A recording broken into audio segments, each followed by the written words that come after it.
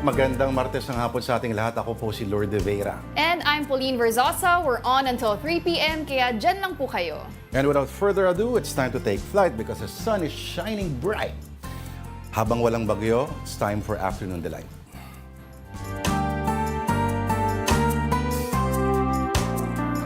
Alright, it's the second day of the week. It's Tuesday, November 19, 2024. Magandang hapon po sa inyong lahat. Kamusta ka, Tita Pao? Okay naman ako. And Sa mga naghahanap po kay Tita Denise, hanggang Wednesday po ay kasama natin Yes. ang diwata po ng One News Now na si Pauline Verzosa. ako muna po until Wednesday habang nagpapahinga muna si Tita Denise. Oo. Yes. At ano ba ang delight of the day natin na amoy sa buong studio? Oo naman. So our delight of the day is, ayan po, nakikita nyo naman sa inyong mga screens. It's none other than pork sisig. Ika ni Anthony Bourdain, sisig. Sisig. Ayan. So bakit nga ba sisig yung ating delight of the day? Hindi ko nga alam eh. Ano bang dahilan binigay sa'yo? Dahil ba si Donald Trump ay magiging presidente na at tinamaan siya sa tenga? Yan ba yun? Yun ba yun? Galing ng ano mo doon, connection mo Pinilit doon. no? Oo. At least. Tenga talaga. Di ba? Pero ang sisig, isa term, sa isa UP diksyonaryo, Okay. it does not refer to a particular dish, but a method of preparing rice or yung husks, yung mga pinag-anuhan ng bigas, Oo. Oo. So, mukhang doon nila dinerive yung tawag sa kanya. Ayun. Pero it's a Filipino dish. Di sa atin talaga nag-originate ang sisig. Tama ba? Yung particular na paghahalo siguro kasi product siya ng sirkumstansya, pero I'm sure may ibang mga bansa rin na may preparasyon sa mga pork skin mask, sa ears, yung tinatawag na nose to tail eating baga. Tama yan. Kanina nabanggit mo, no, si Anthony Bourdain, actually when he visited the Philippines, diba sabi niya yung sisig, Yes. it's possibly the best dish that you could pair or you could eat with a cold beer. Yan ang sabi niya tungkol sa sisig. Pakiulit sa sabi mo? Possibly the best thing you could eat with a cold beer. Cold beer baka mo? Aba, prepared ka? Wala pala tayo niyan. Pero may chicharon ako, gusto Wala. ko. Ayan, yung classic chicharon na yan. Never. Kinuwento ni nawawala. Anthony Bourdain on the way to the Philippines daw, yung unang-una niyang punta as he was filming, no? Sa airport pa lang daw, of course, alam mo naman, puro Pinoy sa airport kahit saan. Okay. So bawat Pinoy daw na makasalubong niya, whether empleyado or nagbibiyahe, Oo. oh, you're going to the Philippines. Oy, don't forget to try sisig. Ginanon. So, dami rin nangungulit sa kanya. So finally, well, ang una niyang tinikmang sisig ay kay Oo. Aling Lusing. Oo. Bago na murder si Aling Lusing. Oh, okay. Ngayon, ang judgment niya, it's everything you want in a dish. You have crunchy, you have soft, you have gelatiny, you have fatty, you have charred, you have everything daw. No? Yung mga balanse ng contrast and textures, etc. At posible raw ito ang maging, hindi raw adobo, hindi sinigang kundi ito ang maaaring mag-break out Talaga ba? sa Pilipinas daw para sa buong mundo. Posible. May tanong ako sa iyo, since napakabata mo pa. Nung high school ba kayo ay may sisig nang sineserve sa inyong cafeteria? Parang wala. Wala. Wala. Oo. Kasi ngayon parang ordinaryo na lang siya Oo. Pero nung bata kami, ang sisig noon, parang, pare yan, sisig yan, pare tenga yan, saka ano. Oo. So, exotic Medyo exotic, na exotic. tama. Ngayon, my God, value meal na lang to halos. Ay, oo. Oo. Kung hindi Parang lang, napansin ko rin kung yan. hindi lang Budget, ito sa isang yes. relihiyon, nasa Jollibee at McDonald's na to ngayon, sigurado.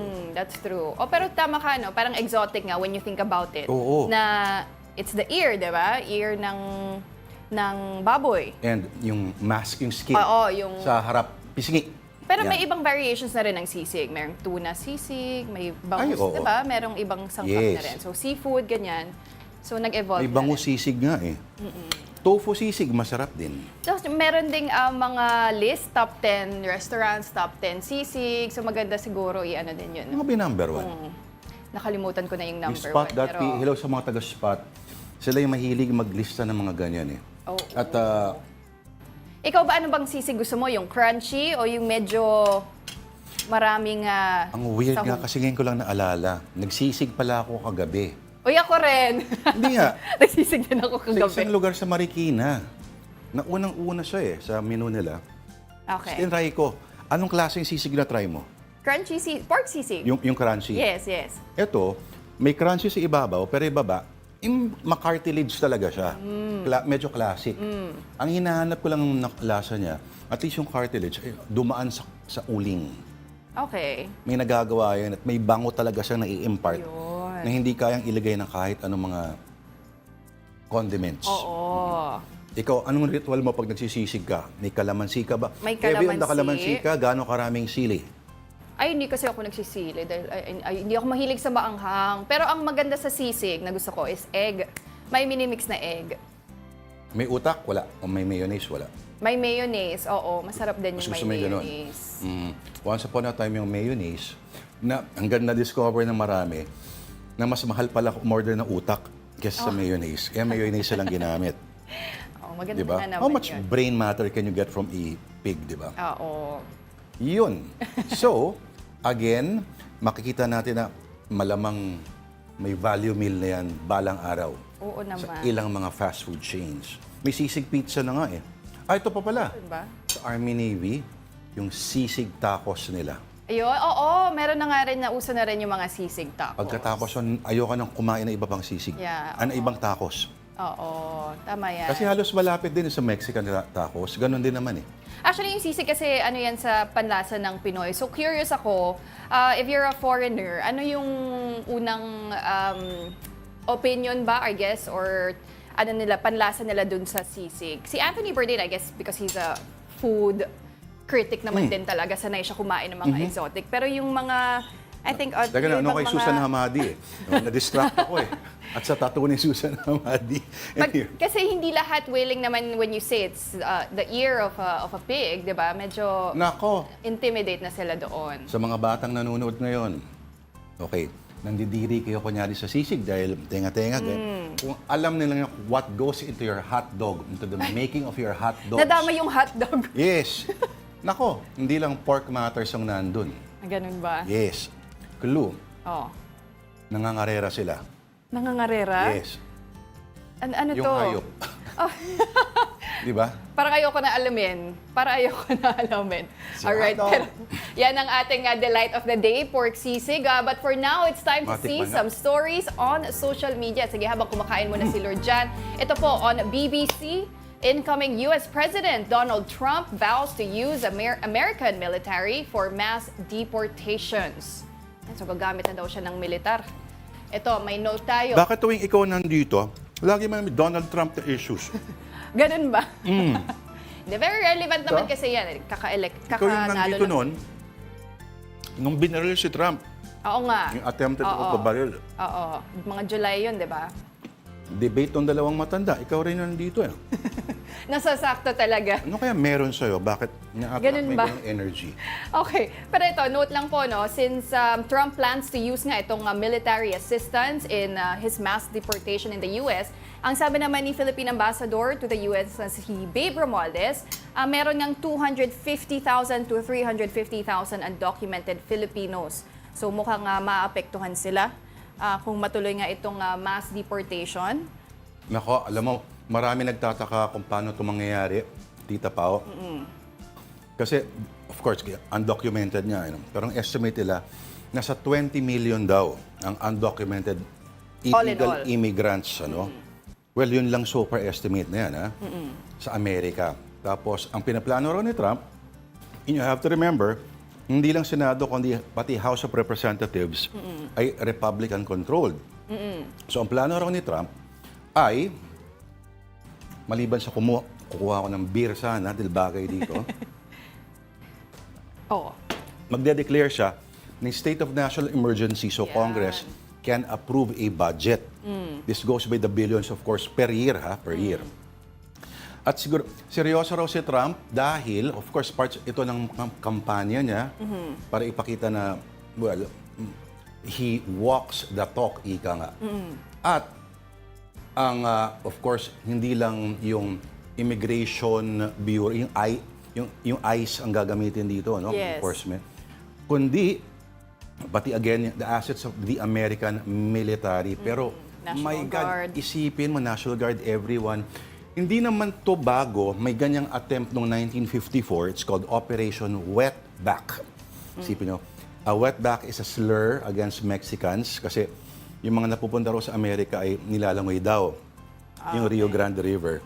At of course, makikita mo basang-basa yung mga likod kahit nagpapaka-normal sila naglalakad. Anyway, 1954 ginawa ito. It's the biggest undertaking yet, a mass deportation. Pero ironically, ang nag-request daw na itong Operation Wetback ay hindi yung Mexican government para pabalikin yung mga tao nila. Hindi ito inisyatibo din ng Amerika. Pero sa pagkakataon ito, pero isipin mo, Tita Pao, 20 million. 20 million undocumented individuals. Pero ito, actually, some authorities or experts are doubtful na magagawa nila yun kasi nga may logistical challenges pagdating dyan. There are only 20,000 ICE agents and support personnel. So, duda sila na matatrack daw naman talaga nila itong, di ba, lahat nga ng undocumented immigrants. Isipin mo anong magiging optics nun. Magbabahay-bahay ka?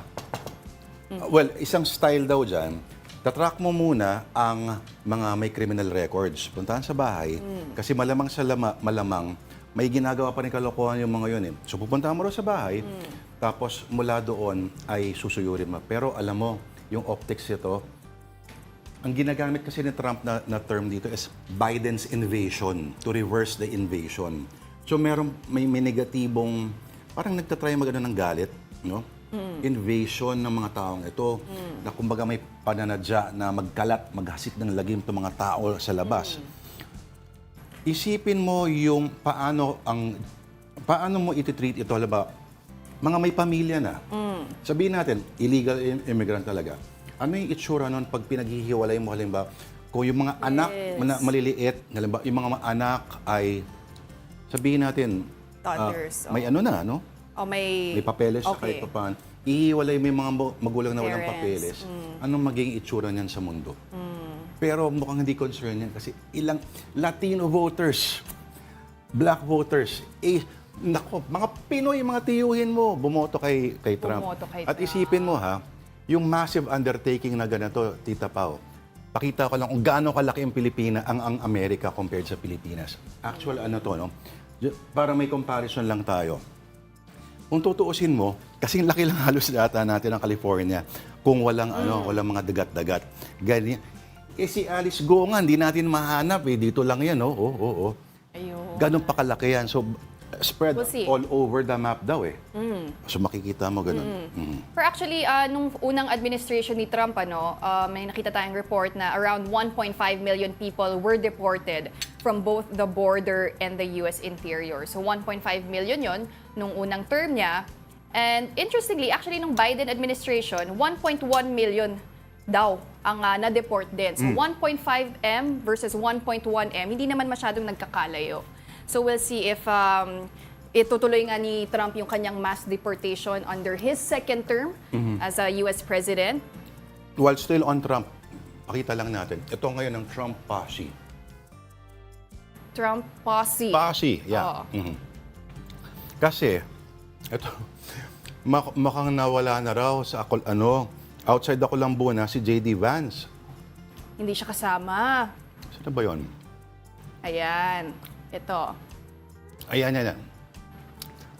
Ito, has J.D. Vance been kicked out? Ayun, ito, nasa screen natin. Ayan pala. So makikita mo. Si Elon Musk. Ito yung Trump posse, of course, sa eroplano ni Trump. Si Elon Musk, of course, ang term sa kanya ngayon? Ano bang term? The first... Doge, The first BFF, first friend, parang ganon. Of course, nandyan yung anak niya na si Donald Trump Jr. ba yan o si Eric? Ayun, hindi ako sure. Basta ito yung kanyang posse and... Yung nakatayo, parang photoshop lang, ay yung House Speaker na si Mike Johnson. Tapos si RFK Jr. Yang nandyan, ang term nila, mukha rang hazing para kay RFK. At si RFK kasi kalaban niya ng mga pesticides, chemicals, ganyan. Pero ito, napakain siya ng... Hindi lang Big Mac. Oo. Pati Kundi may large Coke at 10-piece freaking nuggets. Binilang mo talaga yung number of nuggets, ha? Narinig ko kay Jimmy Kimmel kanina. So 10 pieces daw yung ganyang klaseng nuggets, ano? Yan. At yung mukha daw ay parang pinapakain mo rin ng lason. Ayun. Kay Junior. Parang prove your loyalty to the posse. Para kainin mo yan. Pero si Trump kasi paborito talaga yung ganyan. My God.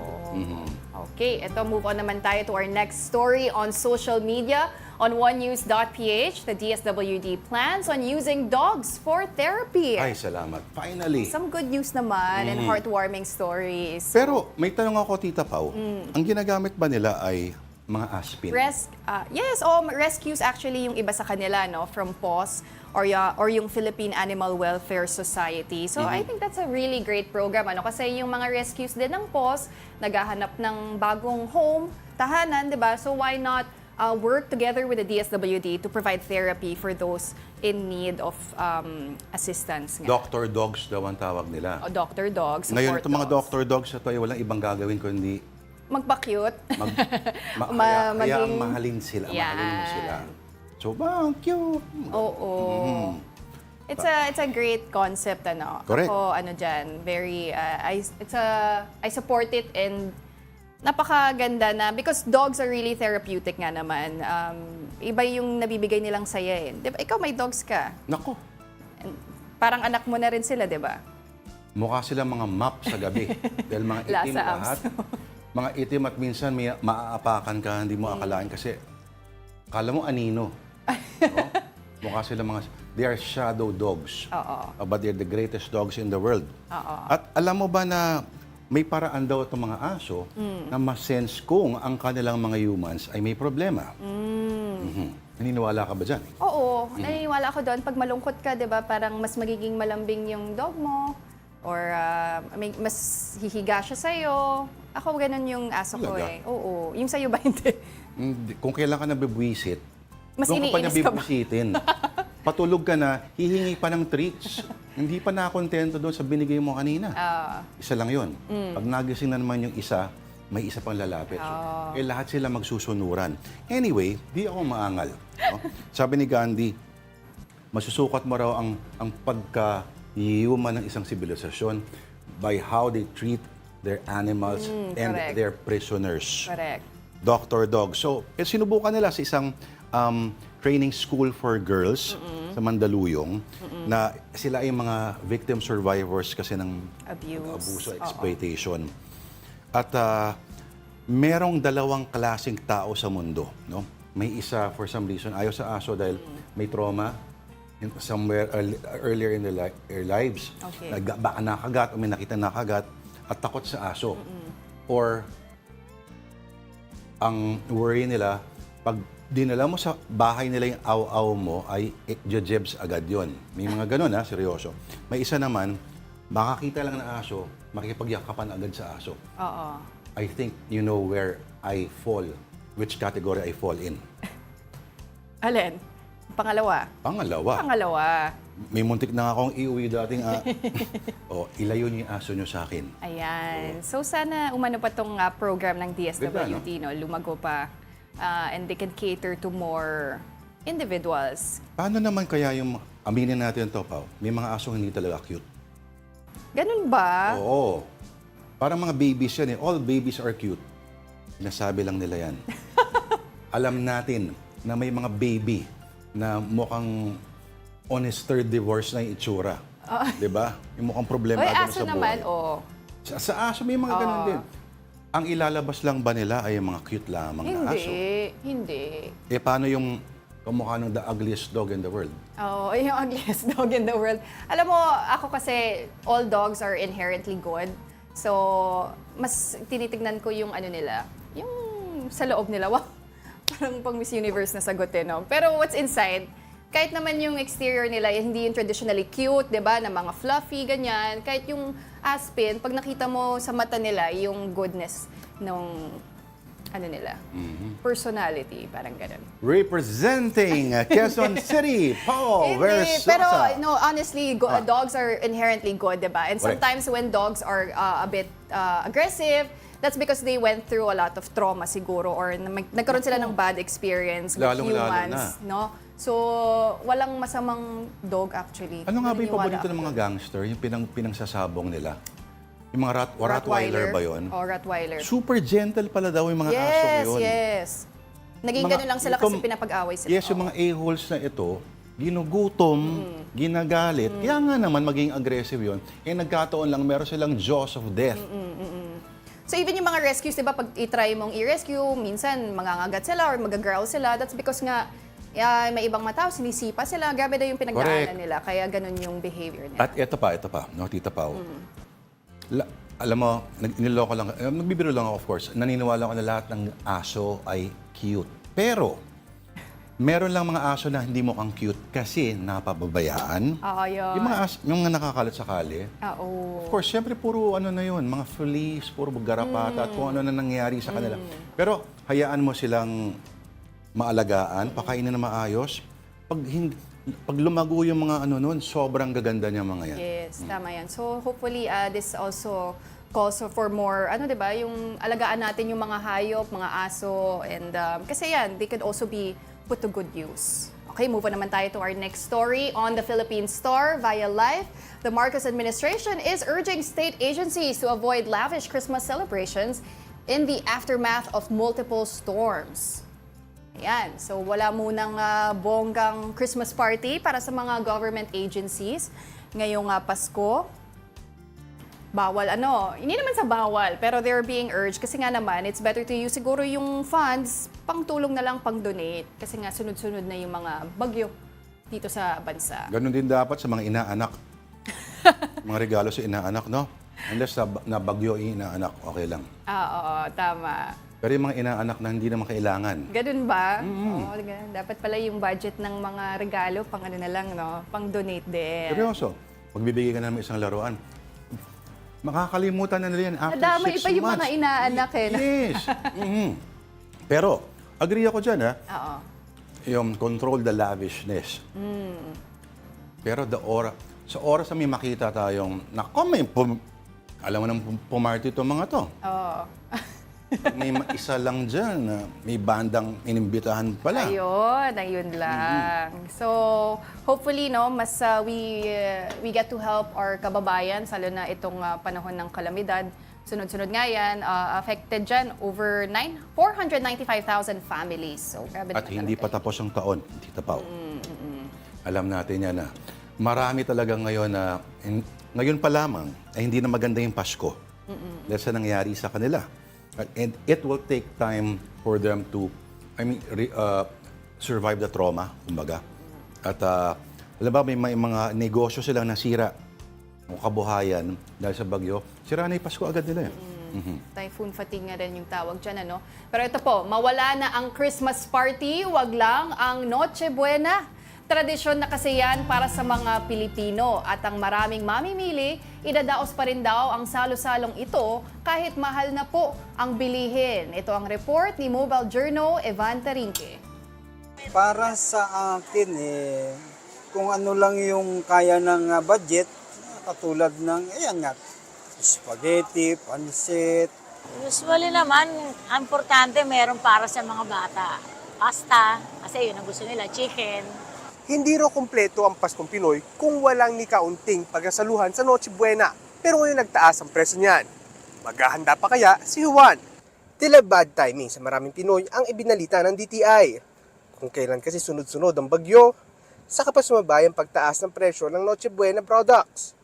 Ayon sa DTI, nasa 100 items ang tumaas ang presyo bago pa man dumating ang Pasko. Hanggang 5% ang dagdag presyo kumpara noong 2023. Walang SRP sa Noche Buena products dahil hindi naman ito madalas ginagamit o yung basic commodity, kaya di malayong tumaas ang presyo niyan. Pero nauna nang sinabi ng DTI na nangako na ang mga food manufacturers na ipapako na presyo para hindi rin masakit sa bulsa ng consumers. Kaya ngayon pa lang, damang-dama na ito ng ilang consumers, lalo na sa mga produktong madalas inihahanda tuwing Noche Buena. Kababa talaga ng 1,000, wala. Talagang baka tinapay lang at saka liver spread pupulas mo sa tinapay. Sa price guide na inilabas ng DTI, Tumaas na 5 piso hanggang 30 pesos ang kada kilo ng hamon. Nasa 210 pesos hanggang 445 pesos ang presyuhan ng queso de bola ngayong taon. Ang pang fruit salad na fruit cocktail, nasa 61 hanggang 302 pesos. Wala namang masyadong paggalaw sa presyo ng mayonnaise at iba pang palaman. Pero kahit na may price increase, sisikapin pa rin daw ng marami nating kapatid ang makapaghanda sa Pasko. Kahit nadaanan ka na ng kalamidad, kahit na siguro nasa kalsada sila, basta merong konti na pagsasalu-saluhan ang pamilya. Mo lang may enjoy yung salo-salo kayong pamilya, kahit pamahal yan, bibilin mo. Kasi yun lang yung time para magkasama-sama kayong kakain. Sa hirap ng panahon ngayon, hindi na siguro mahalaga kung gaano kagarbo ang handa. Mahalaga sa araw po ng Pasko, magkakasama sa salo-salo. Mobile Journal, Ivan Taringki po, hatid ang muka ng balita. Ikaw ba? Ano tingin mo, Pao? Ano tangin natin, viewers natin, kung para sa kanila, dapat pa bang ituloy ang Noche Buena? Ang sagot dyan ay, Dapat. Oo naman. Oo, kahit simple, 'di ba? Tuloy pa rin na yung celebration. ano nga ba? What makes a Noche Buena nga ba? Is it the food? Or is it the essence of the celebration na magkakasama kayo ng pamilya mo? Tama yan. Yun. Doon tayo sa mas essence yung spending time with the family and celebrating Christmas, di ba? Feeling ko na may tradisyon tayong dapat din na siguro basagin. Kasi isipin mo meron na tayong Noche Buena, meron ka pang sa New Year. Sa Amerika, meron silang, ang pinaka-ano nila, of course, yung Thanksgiving, ano? Happy Thanksgiving nga pala sa mga, sa mga tropa natin dyan. Kala mo. Thanksgiving na ba? Ngayon? Di ba? Well, End of the- katapos. Oo. Tapos yata, or anyway, baka may paraan na pag-isahin na lamang yung Pasko at Bagong Taon. At pati yung mga nagse-celebrate ng Noche Buena, kung may extra naman kayo, why not invite others na rin? I-share na rin yung handa nyo. Para, di ba, mas masaya, mas marami kayo you can Wag lang share. yung lasenggo yung mga tiyuhin at mga kapitbahay. Dahil problema yon. Hindi, may ano kasi yan may may mga dynamic pa yan, Pao. May optics kasi na kapag Noche Buena ang isang pamilya sa isang pamilya, parang may hiya factor, lalo na sa ibang mga komunidad. Na parang, Ganun ba? seryoso yan. Ay, baka kasi wala silang pang bili ng Yun ang dapat queso de basagin na mindset. Oo, tsaka may iba naman na gustong, tayo-tayo na lang. Pero unless gusto na extended talaga, no? Maraming paraan na matuloy ang Noche Buena. Hindi natin kailangan mag-stick doon sa o bakit sila may lechon, may spaghetti, ganun. Uy, pero ang mahal na nung mga pagkain na Noche Buena. Yung ham, halos 1,000 na. Halos Oo. 1,000. Pati yung queso de bola, 500 na. Tanongin yung sarili nyo, ganun ba talaga kasarap yung ham? Di ba? Oo. Pwede naman basta Tapos yung fruit kung anong cocktail, kaya may ihanda. pinya yun eh. Ayaw mo ba ng pinya? Lahat na may pinya. Pati pizza. Lalo na. Lalo na. Pag may ganun, pineapple pizza sa Noche Buena. Oo. Ay, ito, speaking of yung mga no-no sa pagkain, meron tayong viewer sa Facebook. Sabi niya, sa Angeles City daw o sa Kapampangan, mortal sin daw ang mayo or Yes, egg sa tama. sisig. Mortal sin pala yung sorry naman. Sa Angeles. Oo. Sa Angeles, Pampanga. Ayan, sabi ni Sir Jonathan Nogoy. Thank you, sir. Ayan, Uy, salamat sa pag-comment. Yung mga ganyang comment ang nakakatulong sa atin. Oo. So, no-no Sa mga pala illegal yan. immigrants yan sa Amerika na nanonood, o baka may thoughts kayo, ha? Yan, baka-share po yan sa aming live, either on Facebook or YouTube. Pero, ayan, may i-check ka pa bang comments? While Lord is checking, ito, move on naman po tayo to some sports news this Tuesday. Gilas Pilipinas is already in full preparation mode for the second window of the FIBA Asia Cup 2025 qualifiers. That story from our mobile journalist, Denise Valdesancho. Nandito na ang kapunang muling magpapakitang gilas para sa papalapit na FIBA Asia Cup 2025 qualifiers. Puspusan na ang paghahanda ng Gilas Pilipinas para sa second window ng ACQ. And with a few days left to prepare, binigyang diin ni head coach Tim Cone ang continuity ng kanilang basketball program. That's why we've kept the pool small and not expanded the pool, because we don't have the extended time to teach all the time. Isa-isa na ring nagdadatingan ang mga players mula abroad. Pero sabi ni team manager Richard Del Rosario, may iniindang injury ang ilan, kabilang sina Kai Soto at AJ Edu. Si AJ, under observation pa. Right now, we are in communication also with the medical team of AJ in the B League. And he needs to undergo strengthening with his knee. Once he arrives, he's arriving today. And then we will make our assessment with our trainers, our own trainers and medical staff, and see from there.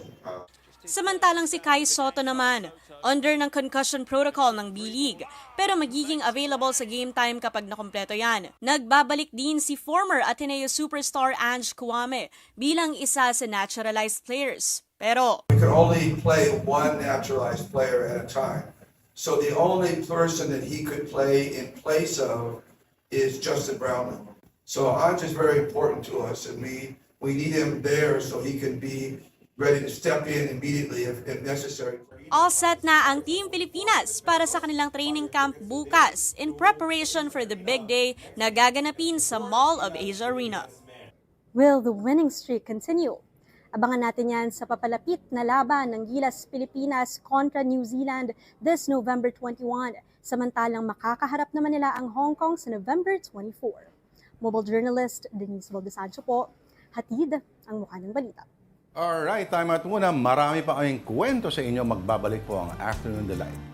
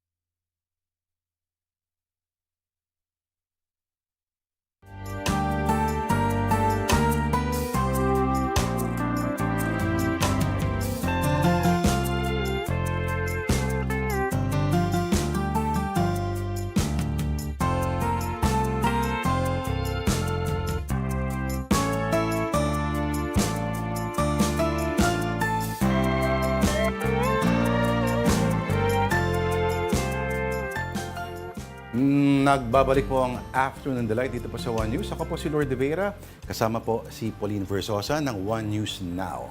And thank you for staying with us. President Bongbong Marcos will visit Catanduanes today to assess the aftermath of Super Typhoon Pepito there. The president will be conducting an aerial inspection before distributing aid to residents of Barangay Rawis in Virac. Government data reveals that typhoon damage in the province has reached 55 million pesos, affecting over 100,000 residents. Power and communication lines remain down in Catanduanes, with restoration efforts expected to take weeks or even months. At the moment, there are no reports of casualties. Over in Nueva Vizcaya, 7 people have died in a landslide triggered by Super Typhoon Pepito. And News 5 correspondent Mon Gualvez reports. Tulong-tulong ang mga guro at ilang bata para iangat ang mga nabasang gamit sa loob ng classroom na ito sa Kalasyaw, Pangasinan. Umabot kasi ng hanggang binti ang baha sa Buenlag Central School dahil sa Super Bagyong Pepito. Ang daming nasayang, mga kailangan ng bata. Hindi rin namin alam kung paano kami magsisimula yung ganito na sitwasyon. Wala na pong pupuntahan yung mga tubig eh. Kahit tumila ng ulan, mistulang lawa pa rin ang school grounds. May tubig din sa mga koridor at iba pang daanan, kaya modular muna ang klase ng mga mag-aaral. Binaharin itong paaralan nung Bagyong Christine pero hindi kasing taas kaya gumamit pa sila ng mga tabla ng kahoy gaya nito na nagsilbing tulay ng mga estudyante at guro. Pero dahil sa taas ng tubig na iniwan naman ng Bagyong Pepito, wipek na at lumutang na lamang itong alternatibo sanang tawiran. Ang problema, posible raw abutin ng 1 linggo bago humupa ang baha sa Sitio Lasip. Yung mga dating daanan ng tubig, nasaraduhan na kasi nagtambakan. Di mo rin sila masisisi kung gusto nilang tambakan dahil private property. Sa bayan ng Lingayen, aabot sa halos 200 pamilyang lumikas sa kasagsagan ng bagyo matapos sila makaranas ng storm surge. Tumaas yung tubig, dagat at na inundate yung mga coastal barangays namin. Ang ginagawa na lang natin is to provide them the appropriate support system that the national government, the regional government, the provincial government can provide. The LGUs can only do so much. Nagmistulang dagat naman ang mga palaya sa Dipakulaw, Aurora. Dito naglandfall sa 2nd beses ang Bagyong Pepito nung linggo. Kwento na isang magsasaka, muntik na nga raw silang anurin ng rumaragas ang baha. Papasalamat kami sa Panginoon at buhay po kami. Ang masaklap, maraming pananim ang nalubog sa baha. Yung mga anihin na palay ay nasira. Tapos yung mga saging, wala na rin saging sa susunod na mga buwan. 8 oras ding na-isolate ang bayan matapos ang pagtama ng bagyo. Nawalan din sila ng kuryente at signal ng komunikasyon. Aabot sa 2 million pesos ang napinsala sa agrikultura sa Dipakulaw. Ang bayan naman ng Dilasag nagdeklara ng state of calamity habang hindi pa madaanan ng Baler-Aurora Kasiguran Road dahil sa naputol na kalsada at landslide. Sa bayan ng Ambagyo sa Nueva Vizcaya, nawasak naman ang mga bahay na ito sa sitio Hukhukyong dahil sa landslide. 2 babae at 5 lalaki ang nasawi na 8 taong gulang ang pinakabata. 3 naman nasugatan. Pawang magkakamag-anak ang 10 biktima na lumikas at sumilong sa kanilang bahay dalanginan dahil sa bagyo. Pero hindi pala ligtas ang kanilang pinuntahan. Rugged yung terrain, as is the case with almost the entire ng Baguio naman. High risk talaga ng landslide. Yung pinuntahan nga nila ay hindi yon yung designated evacuation center. Sa barangay Masok naman, nagkalat sa gilid ang mga nagbagsakang puno. Ang ilang magkakapitbahay, nagbabayanihan sa pag-aayos ng kanilang tahanan. Pero may ilang hindi alam kung saan hugot ng pampagawa sa kanilang bahay at nabutas na mga dingding. Kahit zero lang po, okay na po yan. Yung kanpo, gamit ng mga bata, nabasa kasi po lahat. Ako, si Mon Gualvez, para sa 1PH. And now here is a quick rundown of more stories on One News. Pagasa says that having 4 tropical cyclones in a row is not unusual. The State Weather Bureau explained that this has occurred before back in 2020. The State Weather Bureau's clarification comes after NASA described the serial cyclones as unusual. NASA was referring to typhoons Marce and Nika and super typhoons Ophel and Pepito. Interior Secretary John V. Remulla supports calls for the revision of class suspension guidelines. Remulla notes overreaction during Typhoon Pepito and underreaction during Typhoon Christine. Now, he emphasizes the need for better coordination among PAGASA, the Office of Civil Defense, and the NDRRMC for more accurate decision-making. And oil companies have implemented a rollback in fuel prices today. Gasoline is now cheaper by 85 centavos, diesel by 75 centavos, and kerosene by nearly 1 peso per liter. Tomorrow, November 20, the House Committee on Good Government resumes its inquiry into the funds of the Office of the Vice President, because two of the questions of the panel they remain unanswered. Number one, who is Mary Grace Piatos? And why were millions of pesos in OVP confidential funds went under her name? Second is it even a true name? This story from News 5 correspondent Marian Enriquez. In the acknowledgement receipts used by the Office of Vice President Sara Duterte to liquidate 125 million pesos worth of confidential expenses in 2022, a certain Mary Grace Piatos came up as one of the recipients.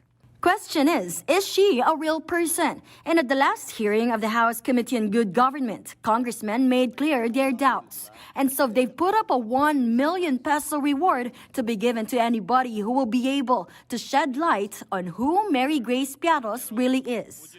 At least we can put to rest, no? Na kasi hindi kami naniniwala na totoong may Mary Grace Piatos. So sinasabi nila totoo. So, kung sino yung mga kakatulong sa amin para mahanap si Mary Grace Piatos, handa pong magbigay ng pabuya, no? Yung mga congressman. The committee says solving this Mary Grace Piatos riddle will give them answers to the other questionable receipts submitted by the OVP to the Commission on Audit. We want to set an example, no? We want to know the truth. Kasi it follows Pag wala si Mary Grace Piatos, sigurado, halos lahat na ng tao na naandun is fictitious na. No? We want to set an example kung ano, sino at saan ba talaga itong si Mary Grace Piatos. Recall that the House Committee has flagged at least 158 receipts liquidated by the OVP that they say were either forged or rushed. Some of them had incorrect or missing dates, while some had similarities in the handwriting. Moreover, COA has also said there were at least 787 receipts with unnamed signatories and over 300 with unreadable names of signatories that were submitted to justify the 2023 confidential fund use. Vice President Sara Duterte's office has told COA these were typographical errors. On Wednesday, the House Committee on Good Government will be holding yet another hearing on the issue. They're still hoping VP Sara or her officials with direct knowledge of how the confidential funds were spent would attend. The problem is, hindi na ginastify yung budget niya. So it's her responsibility. Sinabi niya, bahala ang Kongreso. Ilang beses siyang inimbitahan, hindi siya umattend. At least 4 OVP officials have already been cited in contempt and ordered detained. For News 5, I'm Marian Enriquez. We are One News. At hindi rin totoo na up next for investigation ay si John Patrick Vicat at si Eduardo Alan Cheesecurls. Anyway, from the House, we move down south and let's bring in One News Cebu desk, Dale Israel. Dale, anong balita dyan? Ngayong hapon, the southern town of Dumanog, Cebu was surprised for a giant mysterious creature at the shores. It was ashore yesterday morning in Barangay Calaboon. In the video, it looks like a hairy with cotton-like features of a carcass. The uploader of the video, Banjing Ricardo Ando, had said that it looks like a giant squid, or locally known as nokos, or a delupapa, that has horns. Netizens have been theorizing a lot of possible creatures, that it could be whales, or some undiscovered sea creatures, or a possible turtle, or even a dinosaur. But the Bureau of Fisheries and Aquatic Resources had said that this scene is normal, especially with nearby seas that are rich in marine resources. According to BFAR 7 spokesperson Johan Tejada, based on the pictures, that it could be a dead whale or other large marine vertebrate because it has bones on them. They would need to get samples of the tissue so that they can really determine the kind of species. Based on these pictures, he said that the animal could have been dead for about a month already. The decomposition is slow because of salt water. He wants the public not to eat or touch the meat from the dead sea creature, as it could possess bacteria and it could result to sickness from those who have come into contact with it. He urged the Manhog LGU to properly dispose of the creature by means of burying it or burning it.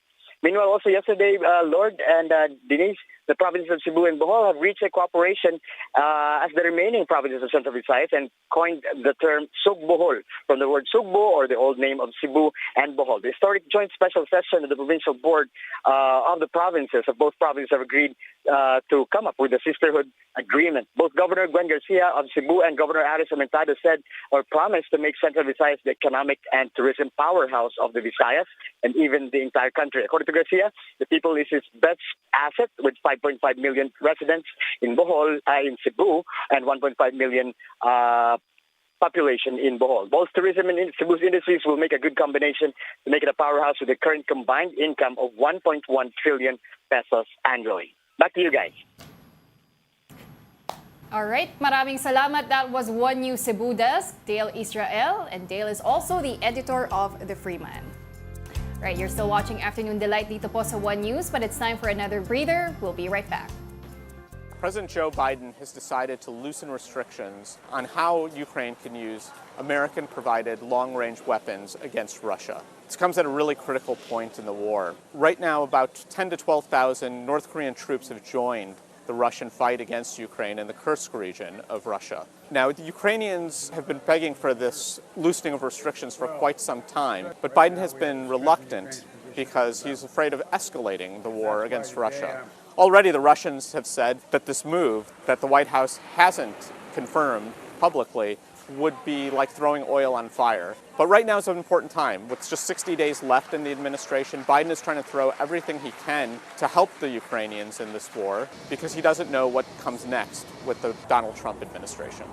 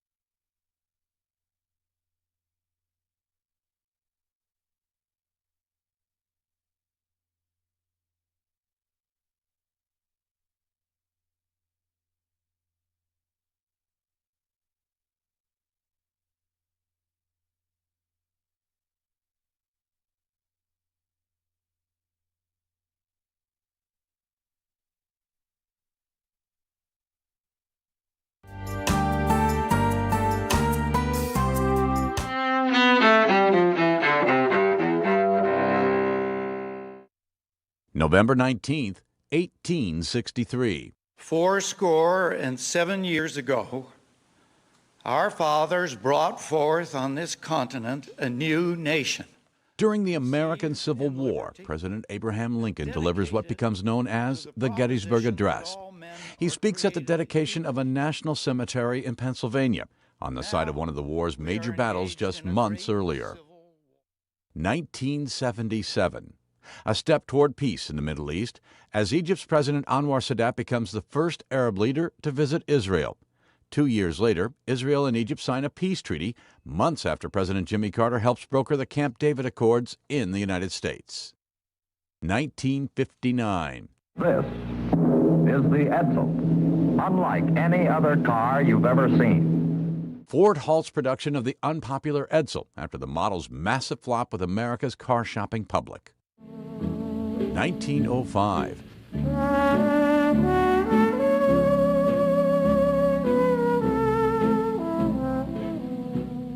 Tommy Dorsey, one of swing music's big band leaders along with his brother Jimmy, is born in Shenandoah, Pennsylvania. And 1962. I'm not really built to be an actor. I don't really have an actor's personality, and I don't make movies to act. I just want to make movies. Actress Jodie Foster is born in Los Angeles. Among her roles, Taxi Driver, The Accused, The Silence of the Lambs, Contact, and Panic Room.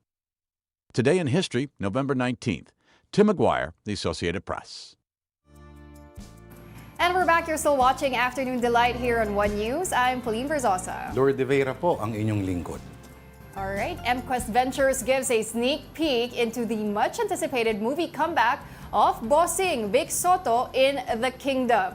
That and more entertainment stories from News 5 correspondent MJ Morfori. Ipinasilip ng MQuest Ventures ang ginamit na set sa pelikulang The Kingdom. Mula sa Malasession Hall na set, opisina ng mataas na opisyal at mga simbolo. Talaga namang binigyan ng atensyon ng detalye. Bibida sa pelikulang ito si Vic Soto at Piolo Pascual. Mapapanood na yan sa Metro Manila Film Festival ngayong taon. Blockbuster hit ang Hello, Love Again na Alden Richards at Catherine Bernardo. Sa report ng pep.ph, noong weekend ay pumalo na ng halos kalahating bilyong piso ang kinita ng pelikula. Sa 5 araw pa lamang ng pagpapalabas sa sinihan, hindi pa kasama ang kita abroad. Nag-debut rin ito sa Hollywood box office. Bahagi raw nito ay idodonate sa mga nasalanta ng bagyo. Humabol ang aktresa si Andrea Brillante sa Piliin Mong Pilipinas TikTok trend. 35 looks ang na-achieve niya rito. Kabilang ng isang nurse, katipunera, mangingisda at pati si Darna. Alay niya raw ito para sa ating mga bayani at lahat ng mga Pilipinong nagsisikap. Hindi lang daw kasi ito basta trend para sa kanya, kundi pagpapakita ng pagiging proud Pinoy ni Andrea. Ikinasal ng 2 miyembro ng bandang Ben and Ben. Ginanap ang outdoor wedding ni Pat Lasaten at Agnes Rioma sa Los Angeles, California. Kita pang dalawa in their white gown with matching bouquet. Sabi ni Pat, ikinasal na siya sa kanyang best friend and it was a perfect day. Bukod sa kanilang pamilya, sinamahan din sila ng kanilang bandmates. Inamin ng aktor na si Mark Anthony Fernandez na siya ang lalaki sa kumakalat na video scandal noong June. Sa panayam sa Julius Babaw Unplugged, sinabi ng aktor na na-hack siya kaya ito kumalat. Hindi raw niya ugaling mag-video ng intimate moments at girlfriend niya raw ang may hawak sa camera.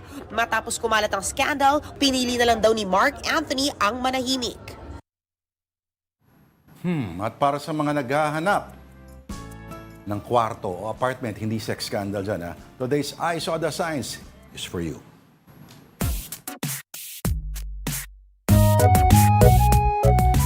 I Saw the Signs Room for Rent Edition. Tita Pao, naghahanap ka ba ng room for rent? Okay, ito, unang photo natin. Pugon style for rent, murang-mura lang, libre magluto ng pandesal. Ayan, bakit ano bang ano niya? Pugon style. Oven ba yan? Para... Apuroyero. Apuroyero. Ay, ayos yan. Oo. Papayag ka ba? Yan yung kwarto mo? Parang... Tapos summer na summer no? Siguro kung may mga dalakang chicharon, pwede siguro yan. Okay, ito naman, second photo. House for rent, issue para kang nasa loob ng galon ng mineral 2K, 2,000 lang daw. Pero kasama na tubig at kuryente. Diba? Pwede Floor kaya- to ceiling, Parang blue na blue blue. screen, diba? Pwede. Yes. Why Pwede not? yan. Kung favorite color mo naman ang blue. Tsaka kung gumagawa ka ng mga CGI effects, di ba? Maganda yan. Studio na ganyan. Sulit. Saan ba yan? Puntahan ko yan. So yung blue na blue talaga lahat, no? Pati yung pinto. Okay. Yes. O, next photo. Ito naman. Mula sa masugid nating viewer na si Magsi Alcantara. Napakasipag mo, Magsi. Room for rent, 1,000 pesos na lang. Ang issue nga lang, para kang yema sa loob.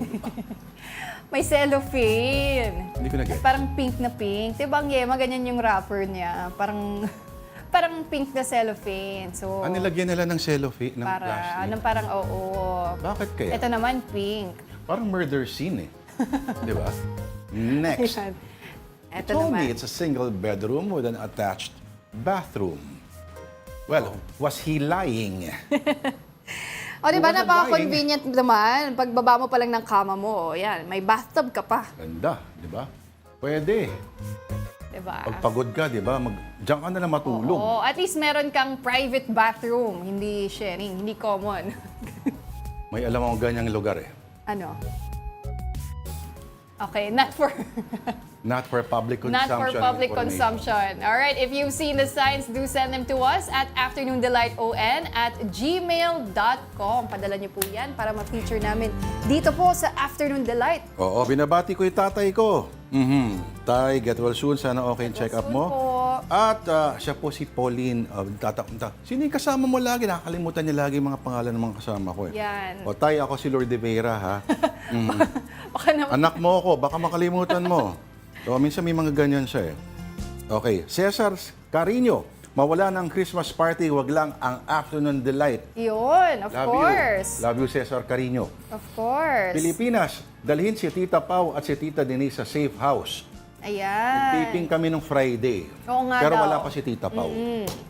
Abangan natin. Hindi pwedeng dalhin sa safe house to. May Bakit? +1 eh. May +1 Ganun ba? eh. Hangkaro, good afternoon.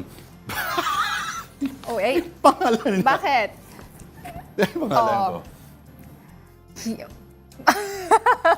Kala May mo na ha, babasahin ah. si Tita Denise kasi binasa niya si Cho, Hindi ko na babasahin. si Tito Rafael. Yung Okay. isang paraan ng pagtawag kay Tito Rap. Oo. Nabanggit alaw di Tito Denise. Tsaka na lang na-realize na. Ayun pala yun. Ayan, so good afternoon po. Flores Villanueva from Victoria City, sa Negros. Kay Mazel, hello. Sherwin, sisig ng Pampanga the best at walang itlog at mayo, sabi niya. Yeah. Cesar Oscar NOS, hello po. Gusto ko talaga yung pangalan niya eh. Si Hugh. Si Sir Kala mo, Hugh. ha? Ayan, hanggang dyan lang tayo sa first name niya. Sir Hugh. Ayan. Mr. Janus. Oo. Ha? Ganun ba? Ganun ba pronunciation nun? JN Ramos, hello din. Hello, Mamerienda Lodge. Hello po. So, Rodel Alcantara, pang Miss Universe daw talaga si Ma'am Pao, sabi niya. ay, ganun. Okay. Salamat po. Thank you so much for tuning in. Thank you. Thank you for that wonderful comment. Oo nga, okay. All right, and that will do it for us this Tuesday, November 19. Thanks so much for joining us here on Afternoon Delight. Ako po si Pauline Verzosa. Join us again tomorrow, 2 p.m. Ako po si Lord de Vera. Have a delightful afternoon. Hello, Hugh.